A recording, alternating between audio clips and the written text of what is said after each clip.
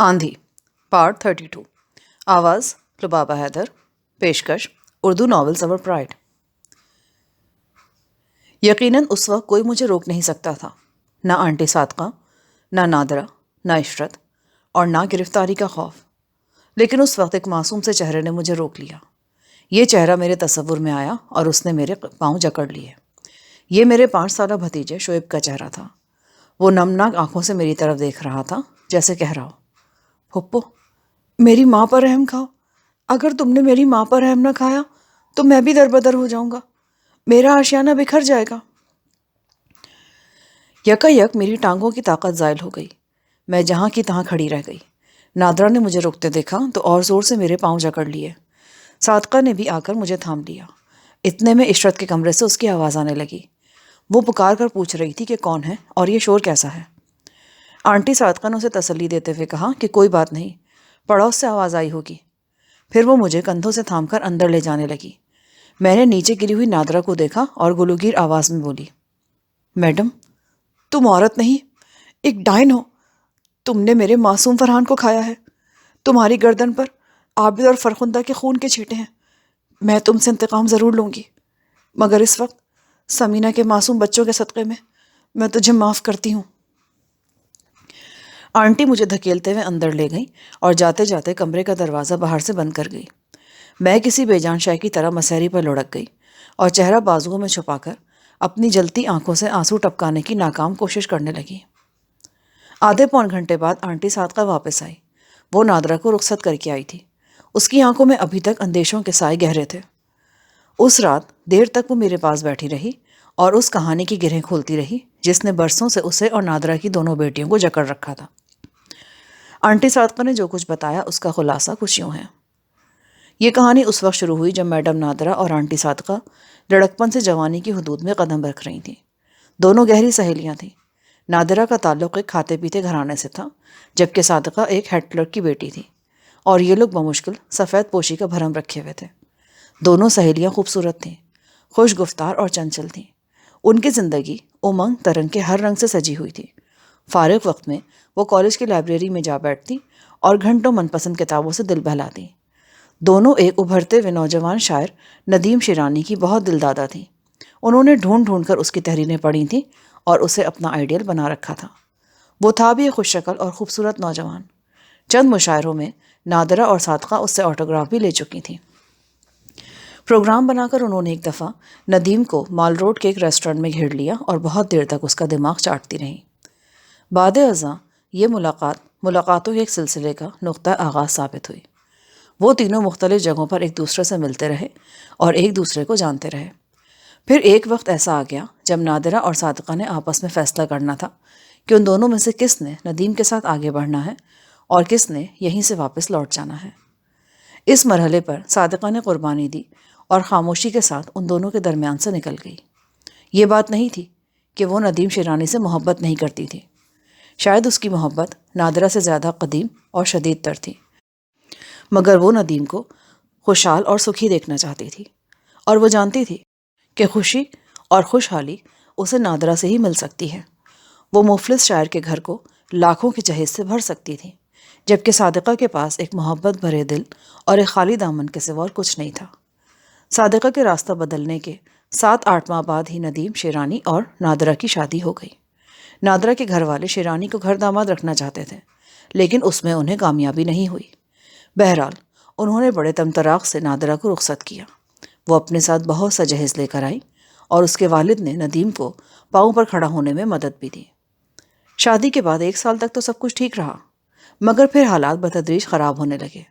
ندیم شیرانی کی طبیعت میں خودداری تھی، مگر جو کچھ وہ اپنے سسرال کی طرف سے قبول کر چکا تھا وہ اس کے گلے کی ہڈی بن گیا تھا۔ نہ وہ اگل سکتا تھا، نہ نگل سکتا تھا۔ ہر دوسرے تیسرے ہفتے نادرہ یا اس کے والدین کی طرف سے کوئی ایسی بات ہو جاتی جس پر وہ پیروں کڑتا رہتا۔ آخر اپنی خودداری کے ہاتھوں مجبور ہو کر اس نے خود کو سسرال کے ہر بوجھ سے آزاد کر لیا۔ کاروبار ختم کر کے ایک اخبار میں سب ایڈیٹر کی نوکری کر لی اور اپنی قوت بازو سے زندگی کی گاڑی کھینچنے لگا۔ نادرہ کو یہ 3rd کلاس زندگی کسی طور قبول نہیں تھی۔ وہ شروع سے ہی فیشن پرست تھی اور سوسائٹی کے حلقوں میں بن ٹھن کر گھومنا اس کی ہابی تھی۔ اس کے اخراجات پورے کرنے کے لیے ندیم شیرانی نے شب و روز محنت کی، یہاں تک کہ وہ اپنے پھیپھڑوں کو روگ لگا بیٹھا، لیکن نادرہ پھر بھی سکھی نہ ہوئی۔ ان کے اختلافات دن بدن بڑھنے لگے، یہاں تک کہ طلاق تک نوبت آ گئی۔ ان کی 2 بچیاں بھی تھیں۔ وہ اس کشمکش کی بھینٹ چڑھ گئیں۔ عدالت کے بکھیڑے شروع ہوئے۔ آخر ایک روز یہ نتیجہ نکلا کہ نادرہ بچیوں کو باپ کے پاس چھوڑ کر اور علیحدگی کا پروانہ لے کر والدین کے گھر پہنچ گئی۔ اگلے 2-3 ماہ میں ندیم شیرانی کی حالت مزید خراب ہو گئی اور وہ دن رات خون تھوکنے لگا۔ کوئی اس کا پرسان حال نہ تھا۔ بڑی سمینہ کی عمر اس وقت 6 سال اور چھوٹی زرینہ 4 سال کی تھی۔ باپ ان کا واحد سہارا تھا اور وہ بھی موت کی دہلیز پر کھڑا تھا۔ ایسے وقت میں بد نصیب شاعر کی وہ دوسری پرستار آگے بڑھی جو ایک روز چپکے سے اپنا راستہ الگ کر گئی تھی اور جس نے اپنی پرخلوص چاہت کو سیپ کے موتی کی طرح چھپا کر گہرے تاریک پانیوں میں اتار دیا تھا، یعنی صادقہ۔ وہ اب ایم اے کر چکی تھی اور گارمنٹ ڈیزائننگ کے کورس کے بعد برسر روزگار تھی۔ اس کی والدہ ایک جگہ اس کی شادی کی بات بھی چلا رہی تھیں اور توقع تھی کہ جلد ہی رشتہ طے ہو جائے گا، لیکن اس موقع پر صادقہ نے اپنی مخلص اور بے لوث محبت کے لیے پھر ایک یادگار قربانی دی۔ اس نے ماں سے کہہ دیا کہ وہ شادی نہیں کرے گی۔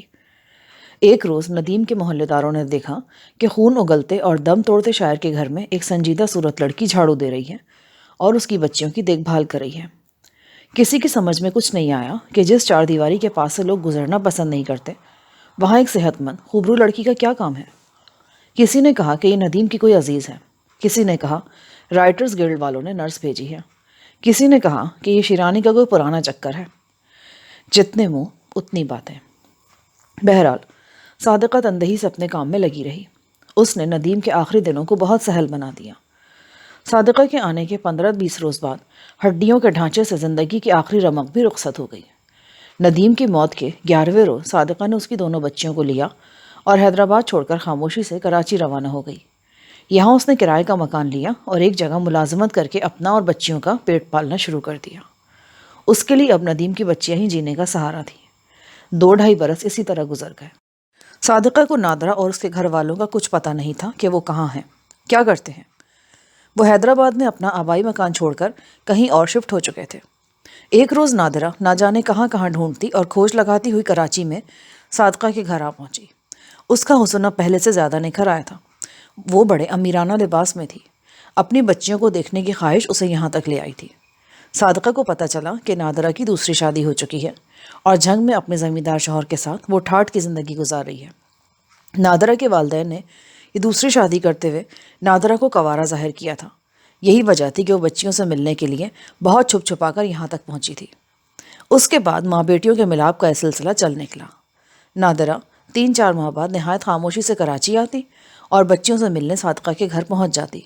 تاہم بچیوں کو اس بارے میں بالکل نہیں بتایا گیا کہ گاہے بگاہے ان کے گھر آنے والی اور ان کے لیے تحفے تحائف لانے والی عورت در حقیقت ان کی ماں ہے۔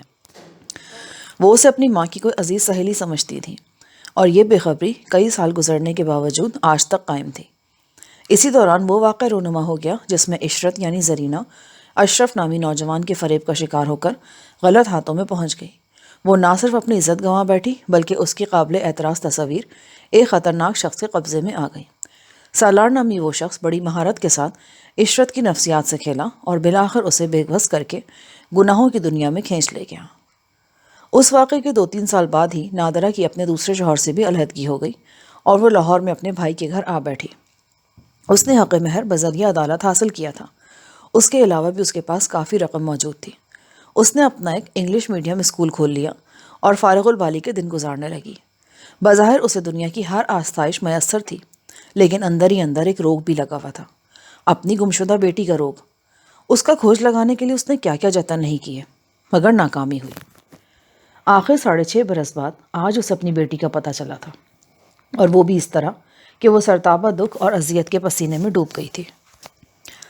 جس بیٹی کی صورت دیکھنے کے لیے وہ دن رات ترسی تھی اور جسے دور دور تک تلاش کراتی رہی تھی، وہ اسی شہر کی غلیظ بستی میں موجود رہی تھی اور اپنے گھائل جسم پر ذلت کے عذاب جھیلتی رہی تھی۔ شاید یہ نادرہ کے لیے صلہ تھا ان تمام زیادتیوں اور ناانصافیوں کا جو اس نے کسی دوسرے کی بیٹی سے روا رکھی تھی۔ قدرت کا یہ انتقام کتنا واضح اور دو ٹوک تھا۔ نادرہ کے رویے نے مجھے ذلیل و خوار کر کے جس بستی میں پہنچایا تھا، اس کی اپنی بیٹی بھی اسی بستی سے برآمد ہوئی تھی، اور اس حالت میں کہ اس بیچاری کے دامن میں پچھتاوے اور موت کے سوا اور کچھ نہیں تھا۔ پوری رودات سنانے کے بعد صادقہ آنٹی نے مجھ سے ایک بار پھر درخواست کی کہ یہ راز ہمیشہ کے لیے میرے سینے میں دفن ہو جائے، ورنہ وہ تینوں کہیں منہ دکھانے کے قابل نہیں رہیں گی۔ انہوں نے یہ ارادہ بھی ظاہر کیا کہ 1-2 ماہ تک وہ شہر چھوڑ کر کسی دور دراز علاقے میں جا کر آباد ہو جائیں گی، ہو سکتا ہے کوئٹہ کے قریب نوشکی چلی جائیں، وہاں ان کا ایک منہ بولا بھائی رہتا ہے۔ آنٹی کی باتوں سے اندازہ ہوتا تھا کہ وہ عشرت کا سایہ بھی بھابھی سمینہ اور اس کی زندگی پر نہیں ڈالنا چاہتی۔ اگلے روز کا واقعہ ہے۔ 9 بجے کے قریب آنٹی صادقہ دکان پر چلی گئیں تو میں عشرت کے پاس آ بیٹھی اور اس سے دلجوئی کی باتیں کرنے لگی۔ 10-15 منٹ بعد عشرت نے شکایت کی کہ اس کا دل بری طرح گھبرا رہا ہے۔ میں نے اس کو زبان کے نیچے رکھنے والی گولی دی۔ طبیعت کچھ بحال ہوئی تو اس نے کہا گلوکوز پینے کو دل چاہتا ہے۔ میں نے ادھیڑ عمر ملازمہ مختار کا ذکر کیا، وہ باورچی خانہ دھونے میں مصروف تھی۔ میں نے اسے ڈسٹرب کرنا مناسب نہیں سمجھا اور برقع ڈال کر خود ہی گلوکوز لینے چلی گئی۔ جنرل اسٹور زیادہ دور نہیں تھا، کافی بھرا پورا بازار تھا۔ میں گھر سے قریباً 1 فرلنگ آگے آئی ہوں گی کہ بازار میں ٹریفک جام نظر آئی۔ سب سے آگے ایک اینٹوں والا ٹرک اور سریے سے لدی ہوئی بیل گاڑی سر جوڑے کھڑے تھے، اور ان کے پیچھے دونوں طرف کافی دور تک گاڑیوں، رکشاؤں اور تانگوں وغیرہ کی 2 قطاریں نظر آ رہی تھیں۔ ایسے مناظر ہماری سڑکوں پر عام دیکھنے کو ملتے ہیں، لیکن جس منظر نے مجھے چونکایا وہ ایک سرخ ٹویوٹا جیپ کا منظر تھا۔ میں دیکھتے ہی پہچان گئی، اور اس کے ساتھ ہی میرے جسم میں سنسنی کی لہر دوڑ گئی۔ یہ چنگیزیوں کی جیپ تھی، اور اس میں بیٹھے ہوئے افراد بھی چنگیزیوں کے ہی کارندے تھے۔ یہ جیپ بھی دوسری گاڑیوں کے ساتھ بڑی دھیمی رفتار سے آگے کو کھسک رہی تھی۔ جیپ کا دائیں اشارہ روشن تھا، جس کا مطلب تھا کہ وہ اس گلی میں مڑے گی جس کے آخری سرے پر آنٹی صادقہ کا گھر ہے۔ شک و شبے کی کوئی گنجائش نہیں تھی۔ جگہ جگہ میری بو سونگھنے والے پالتو کتے تھوڑی ہی دیر بعد آنٹی صادقہ کے دروازے پر بھونکنے والے تھے۔ میں الٹے پاؤں واپس مڑی اور قریباً بھاگنے والے انداز میں دوبارہ گھر چلی گئی۔ میری بدلی ہوئی رنگت دیکھ کر ملازمہ مختار نے پوچھا، کیا ہوا بیٹی؟ اماں، وہ چنگیزیوں کے بندے پھر یہاں آ رہے ہیں، میں جا رہی ہوں۔ آنٹی صادقہ کو میری طرف سے خدا حافظ کہہ دینا، اور ہاں، برآمدے سے میری چارپائی اٹھا دو اور بستر لپیٹ کر کہیں چھپا دو۔ چھت پر میرا دھلا ہوا جوڑا پڑا ہے، وہ بھی صندوق میں رکھ لو، میری کوئی نشانی یہاں نہیں رہنی چاہیے۔ مختار کو مختلف ہدایات دیتی ہوئی میں عشرت کے کمرے میں چلی گئی۔ وہ مسحری پر نیم دراز حیرت سے میری طرف دیکھ رہی تھی۔ وہ دل کی مریضہ تھی۔ مجھے افسوس ہونے لگا کہ میں اسے تشویش میں مبتلا کر رہی ہوں۔ بہرحال محتاط لفظوں میں نرمی کے ساتھ میں نے اسے صورتحال سے آگاہ کیا اور کہا کہ میرا یہاں سے نکل جانا ضروری ہے۔ وہ سب کچھ سمجھ گئی اور میرے رکنے پر زیادہ اصرار نہیں کیا۔ میں جوتی پہن کر اور اپنا چھوٹا سا پرس لے کر اس سے رخصت ہونے لگی تو اس کی آنکھوں میں آنسو منڈ آئے۔ وہ عجیب انداز میں میری طرف دیکھنے لگی، جیسے ہمیشہ کے لیے خدا حافظ کہہ رہی ہوں۔ میں نے جلدی سے مسحری پر بیٹھ کر اسے گلے سے لگا لیا، اس کے رخسار چومتے اسے تسلی دی اور کہا کہ وہ اپنا حوصلہ بلند رکھے، انشاءاللہ وہ بہت جلد ٹھیک ہوگی اور ہم دوبارہ ملیں گے۔ عشرت نے جیسے میری بات سنی ہی نہیں، وہ میرے گلے سے لگی سسکتی رہی اور اسی حالت میں بولی، شاہدہ، بابری تمہیں بہت چاہتا ہے، تمہارے حالات سنبھل جائیں تو اس سے شادی کر لینا، وہ تمہارے بغیر زندہ نہیں رہ سکتا۔ یہاں تک کہہ کر وہ چند لمحے خاموش رہی، جیسے میری طرف سے جواب کی توقع کر رہی ہو۔ پھر اوپر تلے کئی ہچکیاں لے کر بولی، اور ہاں، جب کبھی وہ تمہیں ملے تو اس سے کہنا کہ مجھے معاف کر دے، میں نے اپنی نادانیوں سے اسے بہت ستایا ہے، میں اس قابل نہیں تھی کہ میرا سایہ بھی اس پر پڑتا۔ دیکھو عشرت، ایسی بے معنی باتیں کر کے خود کو دکھ مت پہنچاؤ، تمہاری توجہ اپنی صحت پر ہونی چاہیے صرف۔ یکا بیرونی گیٹ کے پاس کسی گاڑی کا وزنی دروازہ بند ہونے کی آواز آئی اور ساتھ ہی کال بیل گونج اٹھی۔ عشرت، وہ لوگ آ گئے، اب میں چلتی ہوں۔ عشرت سے رخصت ہو کر میں کمرے سے باہر نکلی اور عقبی دروازے سے نکل کر گلی میں آ گئی۔ تھوڑی دور آ کر مجھے خالی رکشہ مل گیا۔ رکشے میں بیٹھ کر میں بادامی باغ کی طرف روانہ ہو گئی۔ وہاں سے مجھے بس پکڑ کر ایک بار پھر جھنگ کا رخ کرنا تھا۔ اپنے پروگرام کے مطابق میں آنٹی صادقہ کے گھر سے کل نکلنا چاہتی تھی، مگر چنگیزیوں کی آمد کے سبب فوری طور پر مجھے گھر چھوڑنا پڑ گیا۔ اب مجھے ایک رات کہیں نہ کہیں گزارنی تھی، لاہور میں یا جھنگ میں، تاکہ جمعرات کے روز بڑی حویلی پہنچ سکوں اور بھک منگوں کی اس قطار میں شریک ہو سکوں جہاں وہاب چنگیزی اپنے ہاتھوں سے نوازتا تھا۔ میں پہلے بھی بتا چکی ہوں کہ ایک نامعلوم کشش مجھے وہاب کی طرف کھینچے لیے جاتی تھی۔ وہاب کو جہنم واصل کرنے کے سوا میری زندگی کا کوئی اور مقصد نہیں رہ گیا تھا۔ میں نے آنٹی صادقہ کے گھر میں چند دن کیسے گزارے تھے؟ ساری رات جاگتی تھی اور ہر پل اس جمعرات کا انتظار کیا تھا جو مجھے ایک بار پھر وہاب کے روبرو کر سکتی تھی۔ اپنے تیز دھار آلے کے ساتھ اس کی منحوس گردن تک پہنچنے کا مجھے موقع مل سکتا تھا۔ یہ وہی تیز دھار آلہ تھا جس سے میں نے حویلی میں پہرے دار جان مسیح کی گردن پر وار کیا تھا۔ بعد ازاں باجو اور طفیلہ نے میری بے ہوشی کے دوران یہ آلہ یعنی اس طرح میرے لباس سے نکال کر کمرے کے روشن دان میں پھینک دیا تھا۔ ایک روز لکڑی کی گرل کاٹتے ہوئے سولنکی کو لکڑی کے ایک ٹکڑے کی ضرورت پڑی تھی۔ لکڑی ڈھونڈتے ڈھونڈتے وہ اس روشن دان تک جا پہنچا جہاں یہ اس طرح پڑا تھا۔ یوں وہ ایک بار پھر میری دسترس میں آ گیا تھا۔ رکشہ مختلف سڑکوں سے گزرتا ہوا بادامی باغ بس اڈے پر پہنچ گیا۔ میں جھنگ جانے والی بس کے انتظار میں ایک طرف کھڑی ہو گئی۔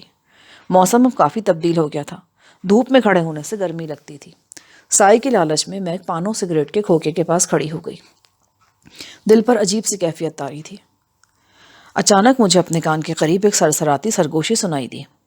کوئی خدمت ہو تو بتاؤ جناب۔ میں نے چونک کر دیکھا۔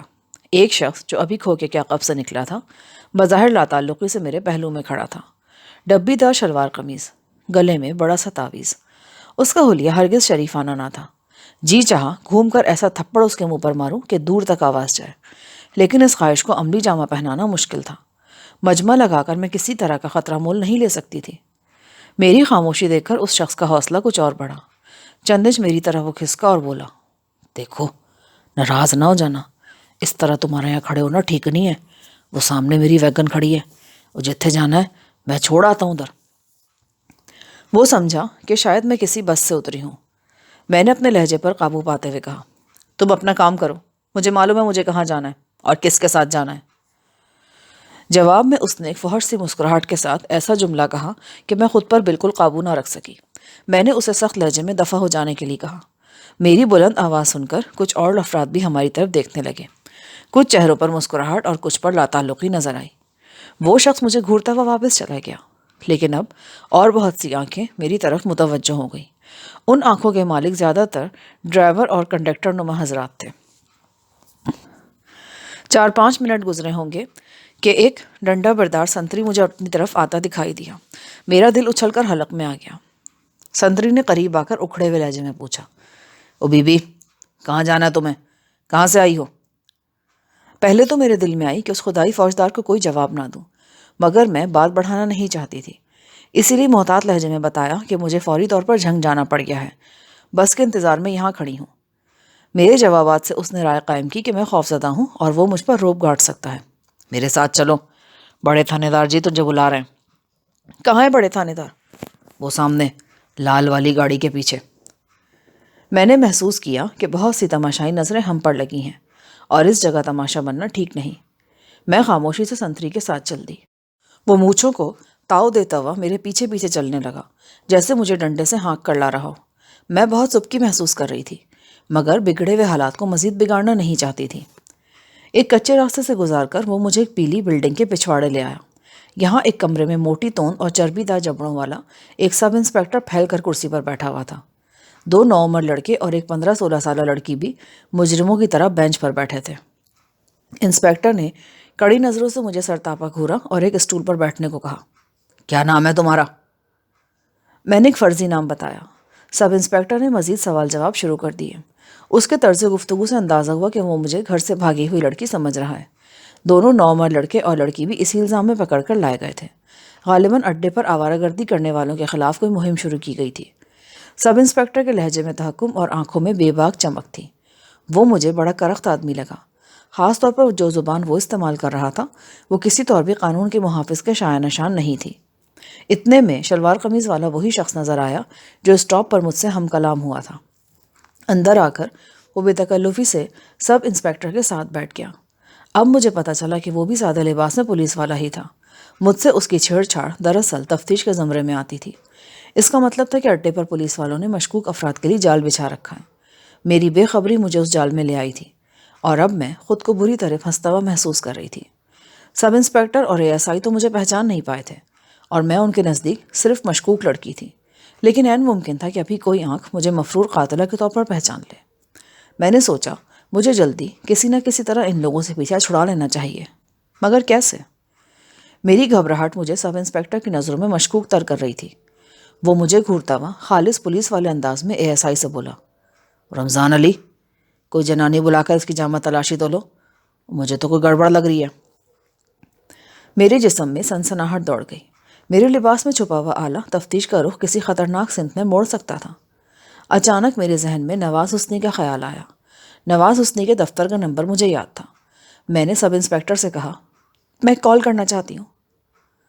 اس نے تمسخر سے میری طرف دیکھا، جیسے کہہ رہا ہو کال کر کے تم کون سی توپ چلا لو گی۔ بہرحال میرے اصرار پر اس نے ٹیلی فون میری طرف بڑھا دیا۔ میں نے نواز حسنی کے دفتر کا نمبر ڈائل کیا۔ پرسنل سیکرٹری نے فون اٹھایا۔ خوش قسمتی سے حسنی صاحب سے بات ہو گئی۔ میری آواز سنتے ہی وہ تقریباً چیخ پڑے، شاہدہ کہاں سے بول رہی ہو تم؟ تمہاری تلاش میں تو ہم نے زمین آسمان ایک کر رکھا ہے۔ میں نے انہیں اپنے ٹھکانے سے آگاہ کیا اور یہ بھی بتایا کہ کرائم برانچ کا ایک سب انسپیکٹر مجھے ہراساں کرنے کی کوشش کر رہا ہے۔ انڈر سیکرٹری نواز حسنی صاحب سیخ پا ہو گئے۔ انہوں نے مجھ سے کہا کہ سب انسپیکٹر کو ریسیور دے دو۔ میں نے ریسیور سب انسپیکٹر کی طرف بڑھا دیا۔ وہ بڑی شان سے ٹانگیں پسارے بیٹھا تھا۔ آواز سنتے ہی بدک کر رہ گیا۔ جلدی سے کرسی پر اٹینشن ہو گیا۔ جی جناب، جی میں جانتا ہوں آپ کون ہے جناب، یہ کیسے ہو سکتا ہے؟ Very very sorry sir, very sorry. بات ختم کرنے کے بعد انسپیکٹر نے ریسیور دوبارہ مجھے تھما دیا اور خود ایک طرف مؤدب ہو کر کھڑا ہو گیا۔ حسنی صاحب نے کہا، مس ثنا، میں نے سب انسپیکٹر کو سمجھا دیا، تم یہیں رکو، ابھی 10 منٹ میں میرا آدمی تمہیں لینے کے لیے آ رہا ہے۔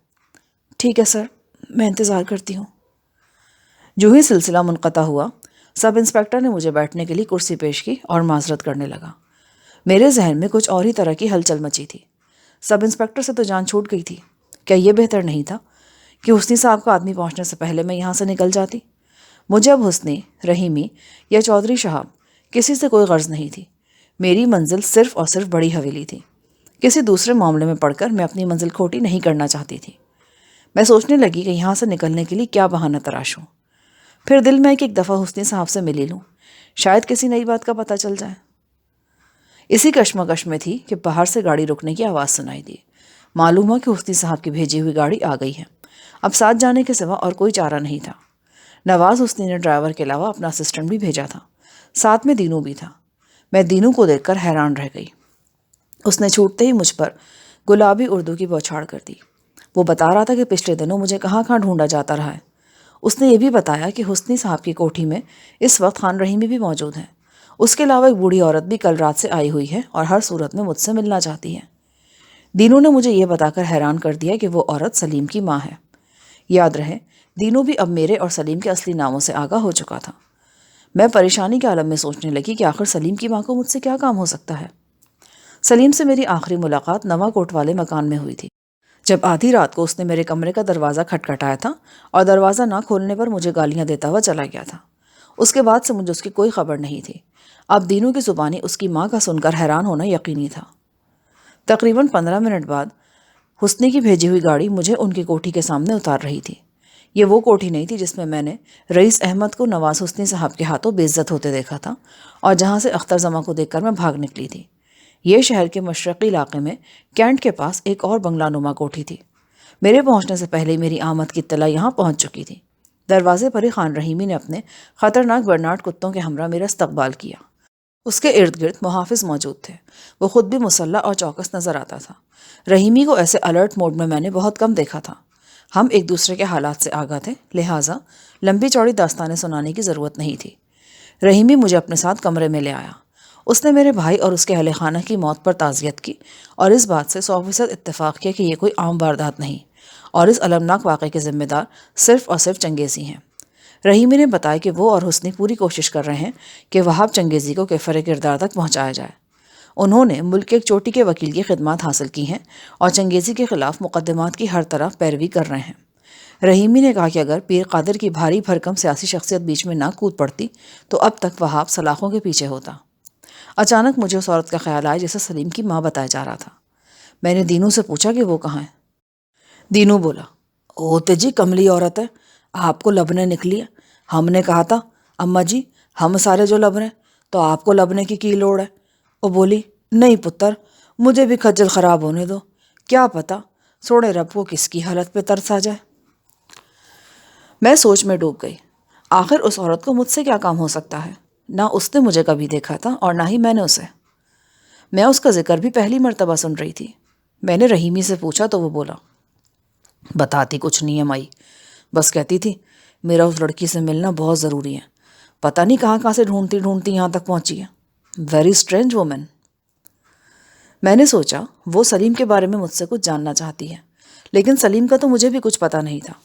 شام ہونے والی تھی۔ کچھ دیر بعد حسنی صاحب بھی گھر پہنچ گئے۔ ارسا ان کے ساتھ تھی۔ مجھے دیکھ کر اس کی آنکھیں اشکبار ہو گئیں اور وہ لپک کر میرے گلے سے جھول گئی۔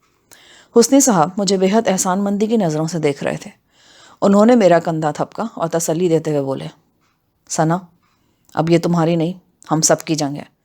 ہم سب مل کر چنگیزی خانوادے سے لڑیں گے۔ تمہارے عزیزوں کا خون رائے گا نہیں جائے گا۔ انصاف کی چکی بہت دیر سے پستی ہے، پر بہت باریک پستی ہے۔ ارسا کی زبانی مجھے پتا چلا کہ اس کا بھائی اب تک اسپتال میں زیر علاج ہے اور کل اس کے پتے کا ایک اور آپریشن ہونا ہے۔ ارسا اور اس کے پاپا اسپتال سے ہی آ رہے تھے۔ جہاں تک عشرت کا تعلق تھا، رحیمی اور حسنی سمیت کسی کو بھی علم نہیں تھا کہ وہ کن ہاتھوں سے ہوتی ہوئی کس آنگن تک پہنچی ہے اور کس حال میں ہے۔ میں نے بھی انہیں یہ سب بتانا ضروری نہیں سمجھا۔ رات کا کھانا ہم سب نے اکٹھے کھایا۔ کھانے کے دوران ہی گرج چمک کے ساتھ موسلادھار بارش شروع ہو گئی۔ رحیمی کا دھیان سلیم کی والدہ کی طرف چلا گیا۔ اس نے تشویش ظاہر کرتے ہوئے کہا کہ وہ عورت ابھی تک نہیں لوٹی۔ حسنی صاحب بولے، اسے جانے ہی نہیں دینا تھا۔ لاہور جیسے بڑے شہر میں اجنبی خود گم ہو سکتا ہے، کسی گمشدہ کو ڈھونڈا نہیں جا سکتا۔ کھانے کے بعد میں کچھ دیر ارسا کے ساتھ باتوں میں مصروف رہی۔ پھر ارسا مجھے میرے کمرے میں چھوڑ کر خود اپنے پاپا کے پاس اسٹڈی روم میں چلی گئی۔ مجھے بستر پر لیٹے کچھ ہی دیر ہوئی تھی کہ دروازے پر دستک ہوئی۔ میں نے اٹھ کر کھولا تو دینو ایک بوڑھی عورت کے ساتھ کھڑا تھا۔ جی یہ سلیم کی ماں ہے، آپ سے ملنا چاہتی ہیں۔ میں نے دیکھا بوڑھی عورت کے چہرے پر حزن و ملال کی زردی تھی۔ وہ بہت تھکی تھکی اور نڈھال نظر آ رہی تھی۔ اس کے چاندی بال بھیگ کر گردن اور پیشانے سے چمٹے ہوئے تھے۔ کپڑے بھی بارش سے تر تھے۔ وہ ابھی ابھی باہر سے لوٹی تھی۔ کچھ دیر تک میرا چہرہ وہ دیکھتی رہی، جیسے پہچاننے کی کوشش کر رہی ہو۔ اس کی آنکھوں میں مجھے عجیب سی شناسائی نظر آئی۔ میں نے ایک طرف ہٹتے ہوئے کہا، آئیے، تشریف لائیے۔ اس نے آگے بڑھ کر روایتی انداز میں میرے سر پر پیار دیا اور اندر آ گئی۔ دینو واپس چلا گیا۔ میں نے دروازہ بند کر کے اسے کرسی پیش کی۔ وہ انکار کر کے میرے ساتھ ہی چارپائی پر بیٹھ گئی، بالکل روبرو۔ اس کا چہرہ میرے چہرے سے چند انچ کی دوری پر تھا۔ شاید اس کی نگاہ کمزور تھی اور وہ مجھے غور سے دیکھنا چاہتی تھی۔ در و دیوار بادلوں کی گرج سے گونج رہے تھے اور کھڑکیوں کے شیشوں پر بجلی کی چمک تھی۔ ایسے میں عورت کے دیکھنے کا انداز مجھے بڑا ڈرامائی اور خوابناک سا لگا۔ پھر میں نے دیکھا کہ اس کی آنکھوں سے آنسو امڈے اور پہلے سے بھیگے ہوئے رخساروں پر پھسلتے چلے گئے۔ وہ رو رہی تھی، بڑی خاموشی اور ٹھہراؤ سے۔ اس نے بے حد دھیمے لہجے میں کہا، بیٹی، میں تجھ سے کچھ مانگنے آئی ہوں۔ کہیے ماں جی، کیا چاہیے آپ کو؟ اپنے بیٹے کی زندگی۔ آپ کا مطلب ہے سلیم؟ ہاں میری بیٹی، یہ دیکھ میری جھولی، اس جھولی کو خالی مت لوٹانا۔ دونوں ہاتھ کھول کر اس نے چادر میرے سامنے پھیلا دی۔ اماں جی، بات کیا ہے؟ کیا سلیم خیریت سے تو ہے نا؟ بوڑھی عورت کچھ دیر تک تو سر اپنے کندھے سے ٹکائے روتی رہی۔ پھر اس نے جو کچھ بتایا اس سے پتہ چلا کہ وہ خیریت سے نہیں ہے۔ عورت کا کہنا تھا کہ وہ اس وقت لاہور ہی میں اپنے ایک شناسہ کے گھر موجود ہے۔ اس کی حالت بہت خراب ہے، سوکھ کر ہڈیوں کا ڈھانچہ ہو گیا ہے۔ دن رات بخار میں تپتا ہے لیکن دوا کے پاس نہیں جاتا۔ ڈاکٹر نے صاف کہہ دیا کہ اگر اس نے دوا نہیں کھائی تو حالت مزید بگڑ سکتی ہے۔ یہ سب بتا کر عورت نے تو بٹا آنکھوں پر رکھا اور ہچکیوں سے رونے لگی۔ یہ ایک ماں کا رونا تھا۔ اس کے رونے کو سن کر میرا کلیجہ کانپ گیا۔ سلیم کی والدہ نے میرے دونوں ہاتھ تھام لیے۔ بیٹی، خدا کے بعد اس وقت مجھے صرف تیرا آسرا ہے، صرف تم ہی میرے بیٹے کو بچا سکتی ہو۔ میری بیٹی، میرے سلیم کی زندگی میں آ جاؤ اور ہم دونوں کو بے موت مرنے سے بچا لو۔ اب میں پوری طرح سمجھ رہی تھی کہ سلیم کی والدہ کیا کہہ رہی ہیں۔ میں اس بات کا بھلا کیا جواب دیتی؟ میرے پاس تو اپنی زندگی بھی نہیں تھی، میں کسی کی زندگی کیا بچاتی؟ زندگی کے نام پر یہ تھوڑی سی مہلت بھی میرے پاس فرحان کی امانت تھی، جس میں مجھے اس کے قاتل تک پہنچنا اور اسے کیفر کردار تک پہنچانا تھا۔ اس تھوڑی سی مہلت میں کسی کی بیوی بننے کا تصور میں بھلا کیسے کر سکتی تھی؟ مجھے اعتراف ہے کہ سلیم کے بارے میں گداز سوچے رکھنے کے باوجود میں ان گھڑیوں میں سنگ دل بن گئی۔ میں نے سلیم کی ماں کی گریہ وزاری سے کان بند کر لیے اور صاف کہہ دیا کہ میں اس بارے میں سوچ بھی نہیں سکتی۔ اپنے بچے کی موت کے بعد اب میں بھی مرنے کے لیے جگہ ڈھونڈتی پھر رہی ہوں۔ میں اب عورت نہیں ہوں، صرف ایک ماں ہوں، اور میری جو سانسیں باقی رہ گئی ہیں وہ ایک ماں کی سانسیں ہیں۔ سلیم کی والدہ کے چہرے پر درد و کرب کی گہری پرچھائیاں پھیل گئیں۔ تب انہوں نے ایک ایسی بات کہی جس نے میری ہستی کی عمارت کو بنیادوں سے ہلا دیا اور میرے عقیدوں کی عظیم و شان دیواریں دھماکوں سے زمیں بوس ہو گئیں۔ یہاں پر پارٹ 32 کا اختتام ہوتا ہے۔ آگے کہانی سننے کے لیے پارٹ 33 سماعت فرمائیں۔